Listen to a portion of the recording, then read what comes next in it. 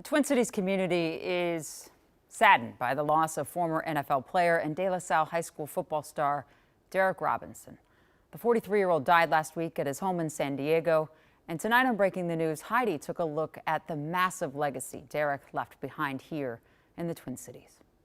At the McRae Park and Rec Center in South Minneapolis, Derek Robinson's legacy lives on. He made a difference in his community in a way that was just so powerful and so LaSallian, so De La Salle of him. Dave Thorson, assistant coach for Gophers men's basketball, coached Derek on the court. You know, grew as a leader, helped De La Salle win a state championship in football, played a part of a basketball state championship as well, and that speaks volumes to the kind of guy he was. It was never about his statistics. Derek went on to play football for the Hawkeyes, then several NFL teams. At the time of his death, he was living in San Diego. I'm very proud because he never forgot his roots on the south side of Minneapolis, especially at McRae Park. Inside the rec center hangs his jersey, and above it sits a picture of his mentor. I received a call from a very deep-voiced gentleman on the phone explaining that he was from the NFL and had played at the community center in which I ran the youth programs.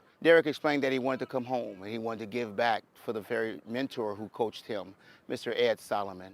He wanted to do a camp in memory of Ed Solomon. So we began the Green Machine Camp in 2005. Kedrick Williams Sr. says Derek would come back every year to run the free football camp at the park where he played as a kid.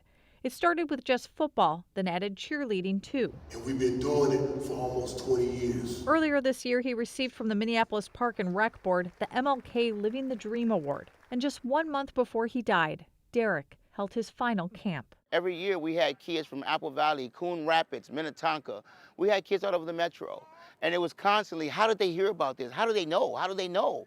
They're not in Minneapolis. How do they know? And it was just the love and Derek's energy that really went across the state. Kedrick says more info will be released later, but they want to carry on the camp in some way. A funeral service is being held this Friday in San Diego, but then a second one will happen August 30th at De La Salle High School from 11 a.m. to 2 p.m. The details say, quote, he was a devoted husband, father, son, brother, and mentor with an unshakable spirit that touched everyone blessed to know him. Jana. Absolutely. I mean, I never got the chance to know him, but I live by McRae, and that camp, it would have hundreds of kids, and it just brought energy, and so just such a beautiful legacy to leave behind. It's really incredible. And the moment you walk into the rec center, you can see all the touches with his legacy inside there. Yeah, never leave it. All right, thanks so much, Heidi. We appreciate it.